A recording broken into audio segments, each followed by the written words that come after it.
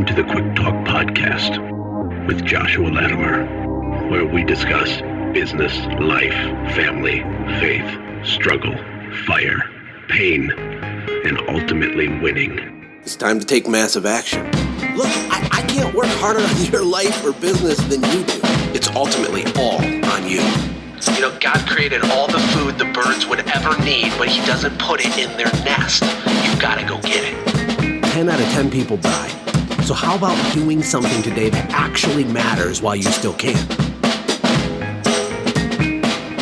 Hey everybody, welcome to the Talk Podcast. It's me, Josh, listening to me again on another day. Can you believe it? How often am I inside of your ears? What is wrong with you people? No, maybe it's because of all the cool people I interview and the value that we work really hard to deliver you. Maybe that's why you keep showing up.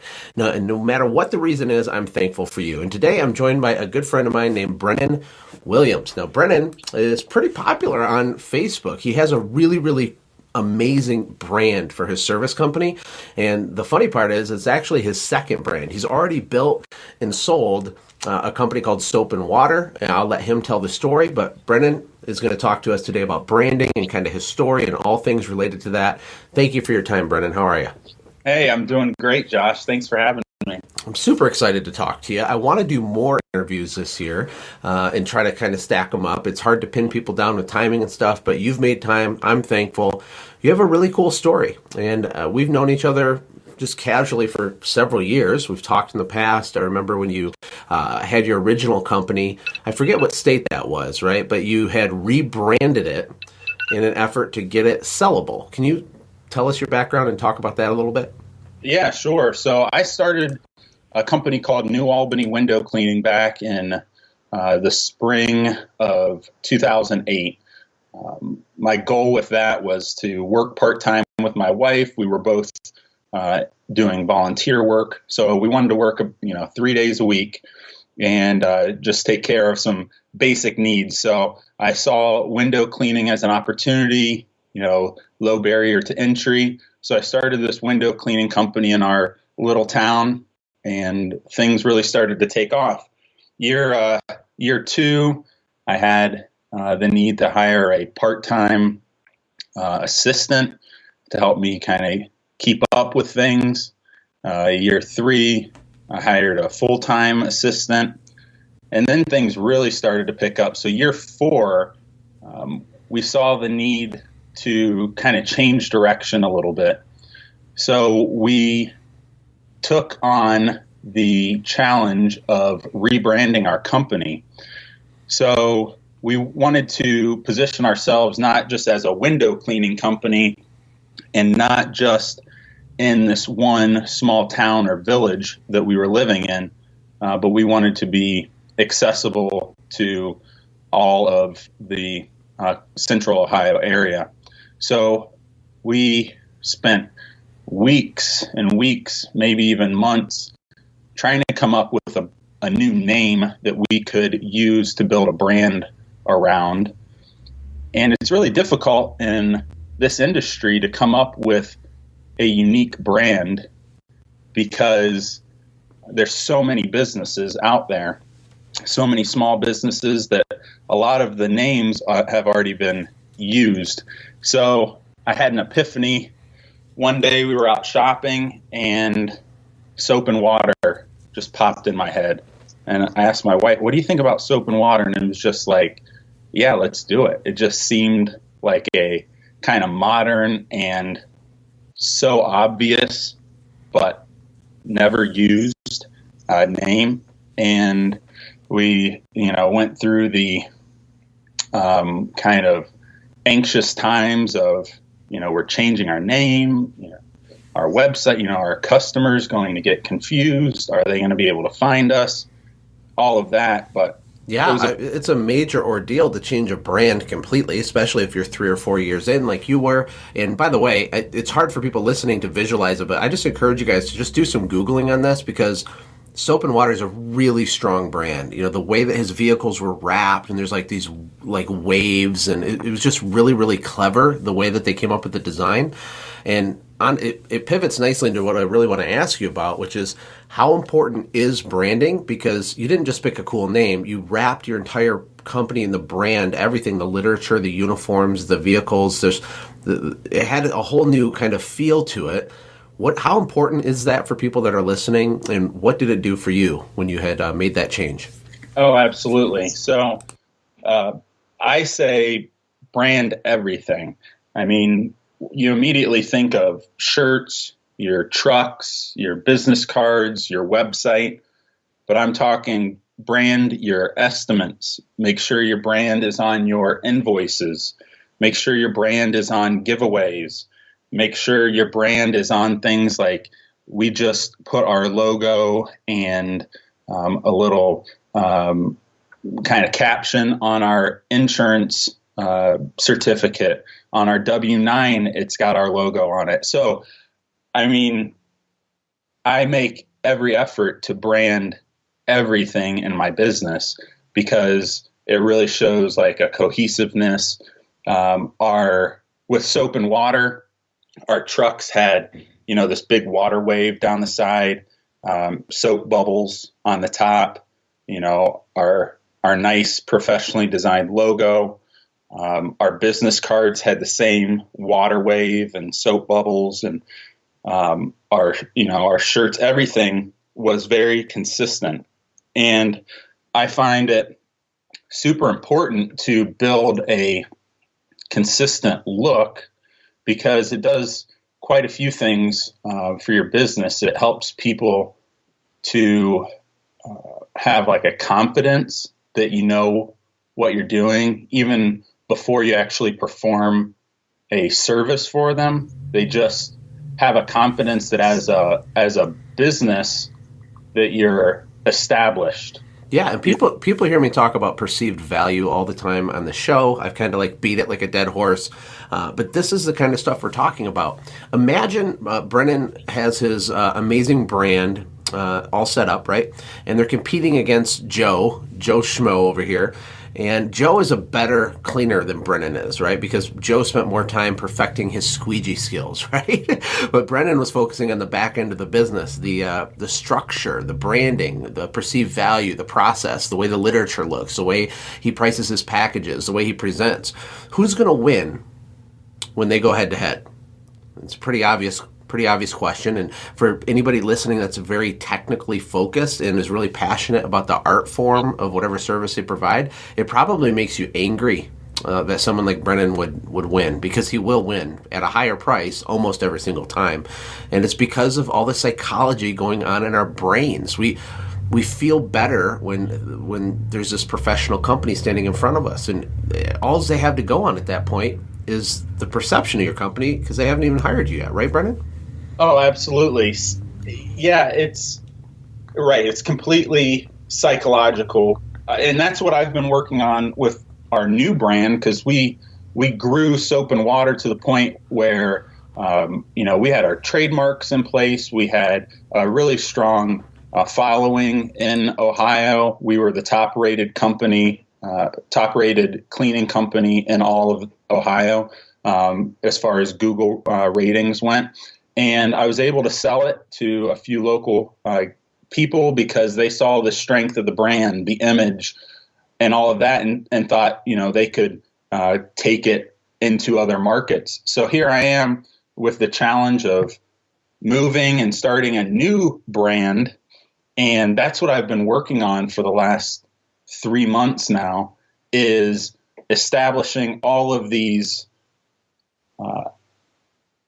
all of the image things, the truck graphics, the website, the way that our invoices feel, our presentation folders, our plastic business cards, everything about our brand. And we haven't done any work yet, but it's taken me 3 months to just get all of this together because, like you said, somebody with a very strong brand or a very strong image, even before a reputation has been established, that brand is going to go a huge distance to put people at ease that they are dealing with somebody that knows what they're doing. So I encourage everybody to, give it serious thought of how your company is coming across before you even talk about what you do. It's just how you look and how you feel.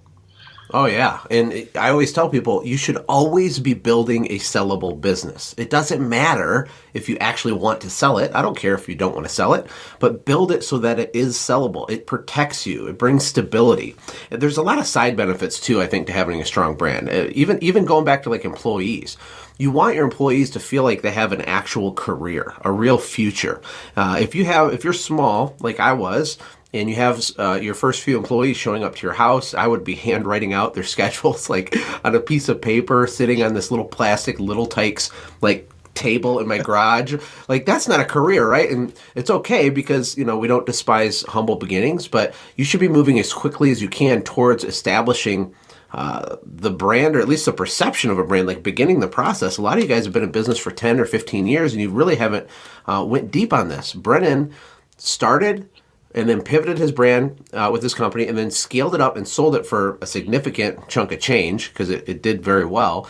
And now he's doing it again. And I find it really interesting that the first thing he's doing, because I think you moved states, right, Brennon? Yeah, we moved several hundred miles away from Ohio to Tennessee. Right. And the first thing you're doing is investing like months up front just on getting the branding and the perceived value right before you even worry about building the business, right? Yeah, I think that's fascinating. Yeah, it's funny. We had a friend over last night, and her husband, I helped him get a pressure washing business started here in East Tennessee, I think 2 years ago, before I ever thought about moving down here. So we actually work in the same market now. But her husband does pressure washing and roof cleaning, and she said, man, I want you to do my house because just the look, like the look of your truck, everything, it's like, I want you to come and service my house, which I thought was really funny since her husband does the same work. But it's interesting. We've already had people on Facebook that have shared posts of ours that have let their friends know or commented, hey, you need to have this company work for you. They're a great company. And I'm like, I've never worked for this person. I haven't worked for anyone that they know. We've only done 5 jobs since we've been here. So it's just, very small, select few people that we've worked for. And yet people are already, noticing us and recommending us. And that just... It's insane. That's insane. That is not normal. But for everybody that's listening, make some time and Google Brennon's new company. Do you have a website up yet, or should they go on Facebook? Yeah, it's einsteinsmartwash.com. You can also go to Smartwash TN, like Tennessee, smartwashtn.com. And you'll find our website there. Our website, to talk about like brand cohesiveness. Our website looks exactly like our presentation folders, looks just like our vehicle, our truck. We have a big box truck that's wrapped, looks just like our business cards. It's not haphazard. It's all very, planned. And it's intentional. Completely intentional. Yeah, I think people just... There's so many elements. So you got the employees that feel like they have a real brand, a real company. And this also applies when you get your first shop. Like when you finally get out of the house and get a location, that is a humongous mental breakthrough for you as the owner and for your team. Like your business will double or triple just from doing that in a lot of cases because it's all in your brain. Well, the same is true if you have a strong brand and everything is like your uniforms and you have ID badges and your invoices and your everything, like Brennon's talking about. I think it's just big mentally for us, our confidence, the way that we price things, the way we sell things. You're going to raise your average ticket. I guarantee that Brennon's average ticket went up after he rebranded to soap and water. I didn't even ask you that before, but that has to be true, correct? Oh, yeah. I mean, we did really well because, again, people just saw us as, as a leader in our market for the services that we provided. So, I mean, if you can deal with an authority, or you can deal with, a much smaller company or somebody that doesn't, might do a good job but doesn't have that presence or that instill that confidence in you, obviously the authority is going to be able to charge a premium. You can basically manufacture your own authority just by branding yourself correctly. Like, even if it wasn't true, which I hope it's true, like, be honest, actually be awesome at your job. But even if you weren't, doing this just instantaneously makes you a recognizable expert in your field. It's a huge deal. And it also not just affects your employees and your own mentality and your pricing. Think about how your customers feel. We are home service companies. We go to people's homes. You think a mom that has 3 kids, she's in there watching the news about how ISIS is chopping someone's head off, and then she has her appointment to get an estimate, and she kind of cracks the door open and looks out, right? Like, the world is nuts. Like, our brand matters. Your perceived value matters, not just financially, but the whole customer experience is just better, right? Oh, absolutely. And I was talking with a print marketing company this morning, and we were just discussing how obviously how the look and feel of everything is, and it totally having that image helps people have confidence, and it goes a huge distance in allowing you to grow your business. So what are your plans with this one, Brennan? Are you going to build and sell it and just keep moving to different states and doing this? Is this like your weird, creepy hobby for you or something? What's the plan? No. I mean, if I could sell this one, then yeah, that would be nice. That would make me feel, that'd probably be good for the ego. But I think this time around, and in talking with mentors of mine, I think I would like to grow this one and automate it and just have it run and kind of be that goose that lays a golden egg. If I can have this business to where it's just operating super, like a well-oiled machine, and it's not all consuming of my time and energy, and it can be very, profitable for me, then, I kind of don't see the need to sell it.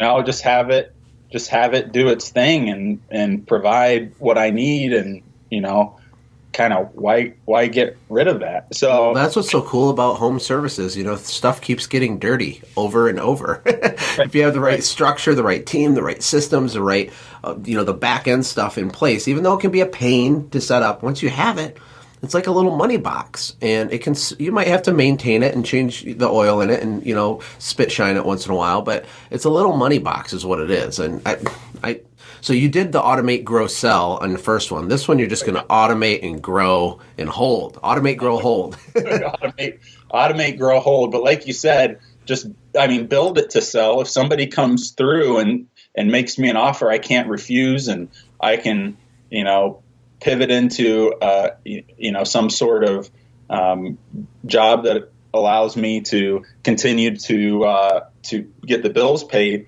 then I'm completely open to that. But so, like you said, you have to have it with the idea that it's always sellable. But, maybe this time around I'll hold on to it. But again, kind of going back to branding, you have to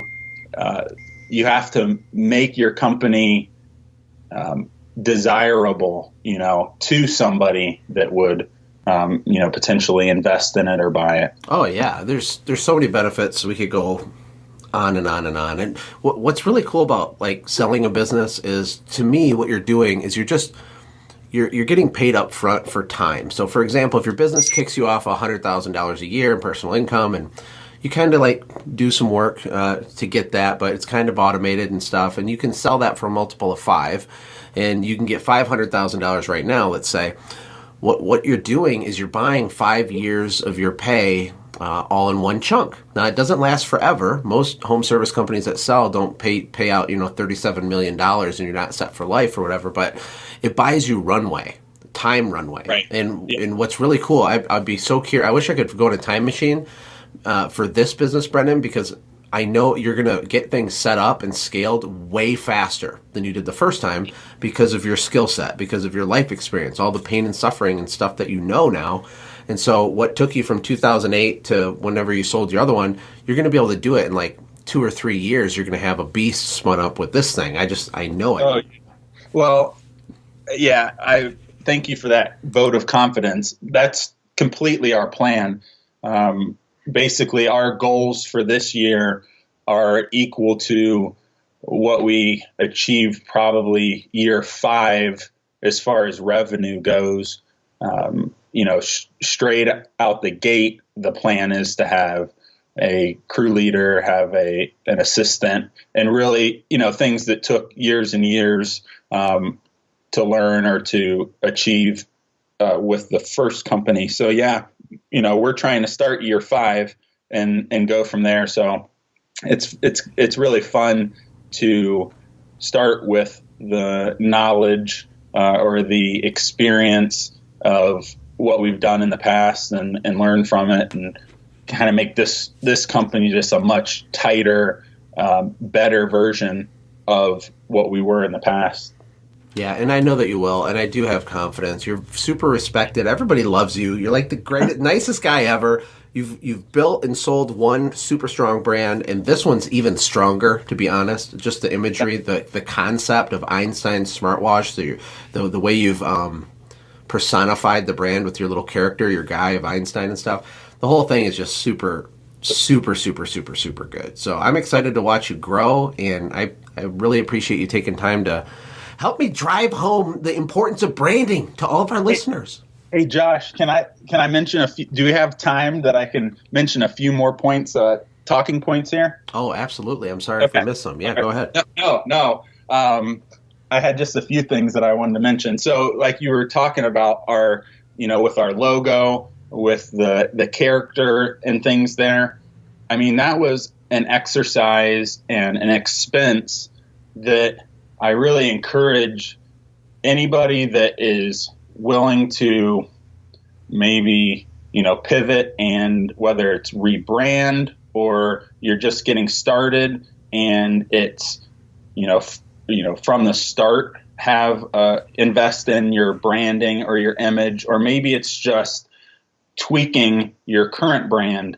But what I find super frustrating, because branding is something that keeps me up at night, is seeing companies or hearing people debate on Facebook or on these forums about or comment on how cheap it was for them to get their logo designed, or comment on how this design company wanted to charge X amount of dollars for a logo and they're just put off by it. But many times companies will, they'll try and go on a website like Fiverr or, something just really inexpensive to have a logo designed that they're going to then put on a $3,000 wrap on a vehicle that holds $10,000 worth of equiment. That is a really good point. They're going to invest, $200 on their first, 500 business cards and put this super cheap logo on it. They're going to spend $2,000 to have a website designed, and they're going to put this, they only want to spend $79 on a logo.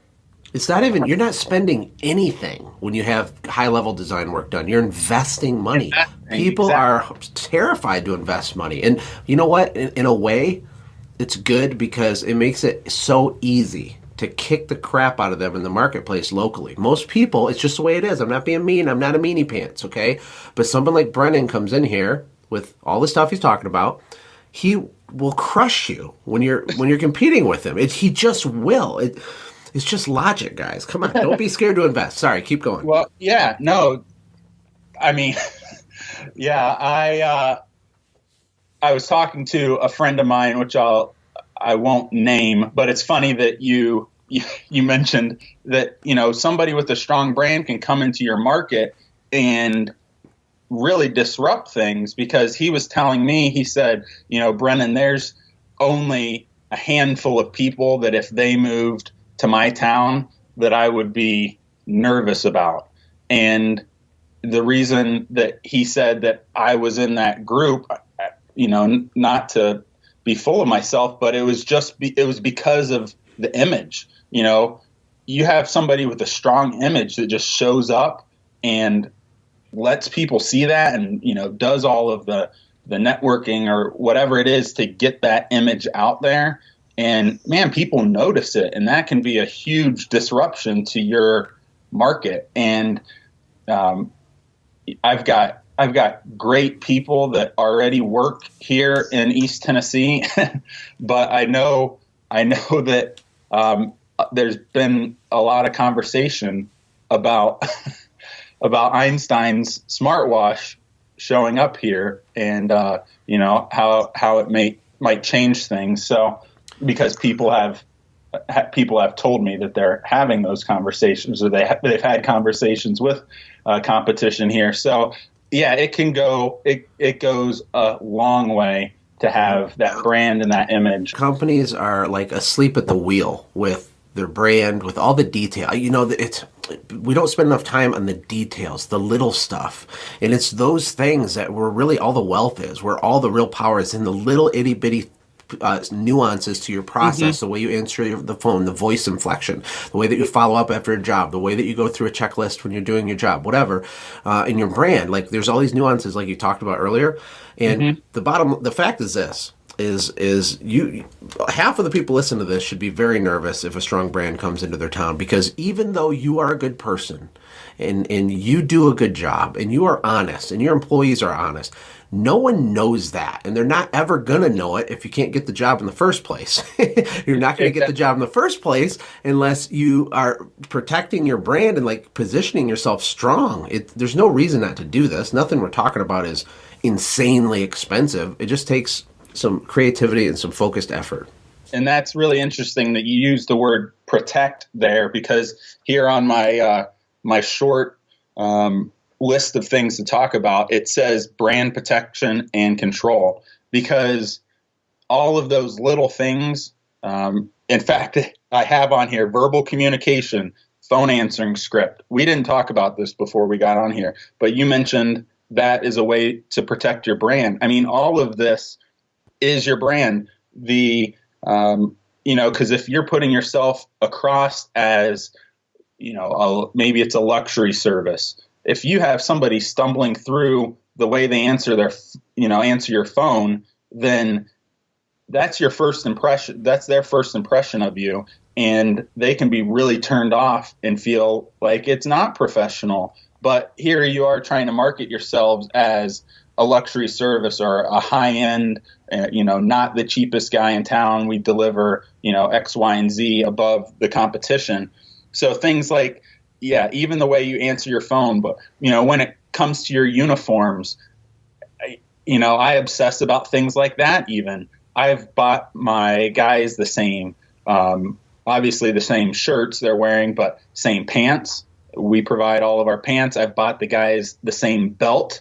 I've bought them boots. I mean, I want them to look like clones, So our brand is protected. I don't want somebody going out there, with sloppy shoes that are falling apart. I don't want them wearing stained pants even though we're spraying bleach around. You mean you don't want your employees wearing their insane clown posse shirts when they're on the job site? Right. Come on, you heartless monster, Brennan. Yeah, I don't want them wearing their own hats when they're on the job. If you want to wear a hat and you work for me, I'll buy you a hat. It's going to be a branded hat, and that's the option that you have. And it might sound, restrictive, but really the guys like it. I'm providing all of it. I have no problem investing in what my team looks like. Now, okay, this might be a little obsessive, but I bought all of my guys gift cards to the local barber shop 2 years ago because I wanted them to feel like keeping up their appearance wasn't like gonna, hurt their bottom line. It's important. It's like I went to the barber shop. and said, I want 60 haircuts. I want 10 cards with 6 haircuts on each one. And I told the guys, basically, if you get your haircut once a month, I'll pay for every other haircut, so that just drops your cost of keeping yourself looking right. But the way they look impacts my brand. I used to work for Abercrombie and Fitch, and a huge, retailer, and brand protection was its entire, an entire department. And basically their job was to find where their brand was being used and make sure that it aligned itself with the values or the image that they wanted to get across. And if there was a conflict there, these people, they were lawyers, they had investigators, whatever it took to shut that down and make sure that the image was maintained. And you have to do the same thing even when you're a small service company. Like, take your image seriously and protect it with your heart, and make sure that you're putting across whatever image that that you want your company, your customers to see. From, like I said before, the way our invoices feel, we print our invoices on 24-pound, 98 white paper, So like when people get our invoices, they touch our invoices, they think there's 2 pieces of paper stuck together. Like, the feel of it, our postcards, the high quality postcards that you with Sin Jim put together is very similar to the postcards that we would have printed on our own. That super glossy, thick. And it costs more, but it's worth it. Oh, it's so worth it. Kevin Dubrowski in his new book, The Whale Vomit Method 2, has a saying in there that I thought was super good.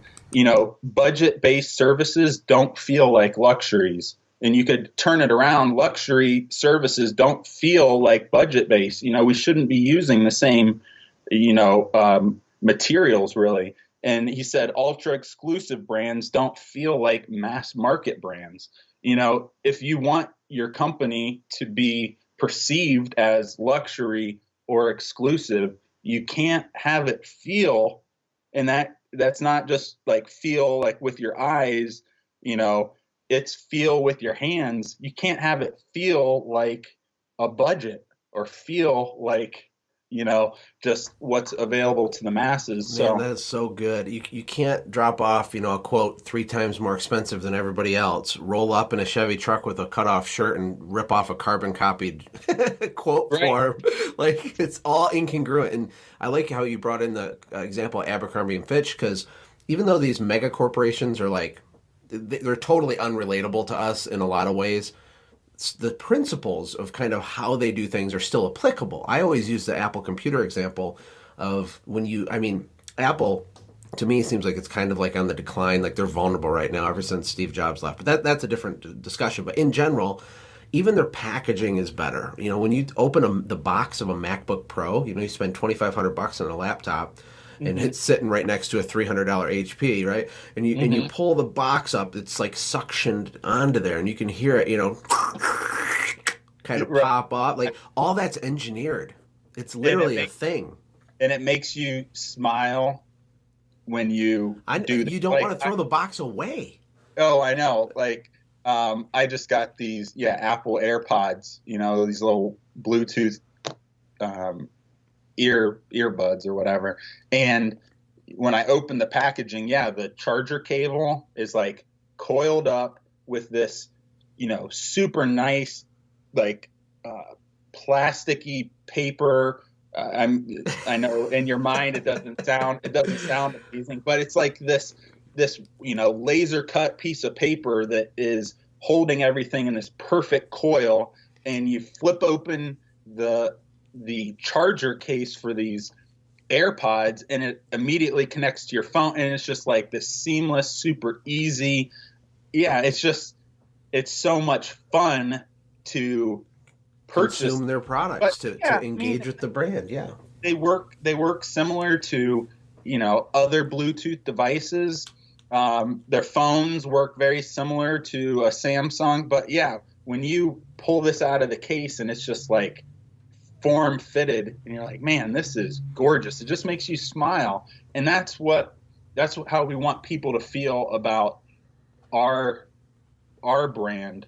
When we deliver them their quote in a presentation folder that's a matte finish, super thick, obviously professionally designed, and it's got a sheet in there that basically tells them these are 3 reasons why you should use our service, and then it's got a sheet in there for each of the services, the core services that we offer, and why the way that we perform that core service is better than the way the masses perform that service.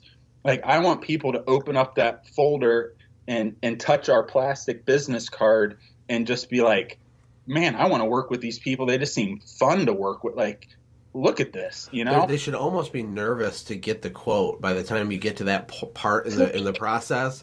And then they're pleasantly surprised that you're only twice as much as everybody else, because you should feel like you're going to be 10 times as much, right? Oh, absolutely. So well, I'll let that kind of be the final word in the stand. Thanks for keeping me going on that. That would have been tragic if we wouldn't have got that part on the podcast. That was awesome. We kind of hit our stride at about 20 minutes there. So yeah. Yes, we did. You did a great job. Thanks for your time coming on here. Good luck with Einstein Smartwatch too. I think you're in a good market. You're closer to Knoxville, right? I'm not sure about your market.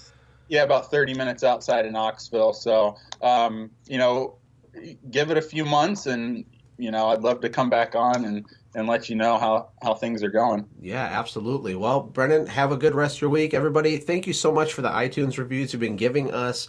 They've skyrocketed up. There's so many hilarious ones. In fact, probably on maybe the next podcast, I'm going to read some of them. They're they're awesome.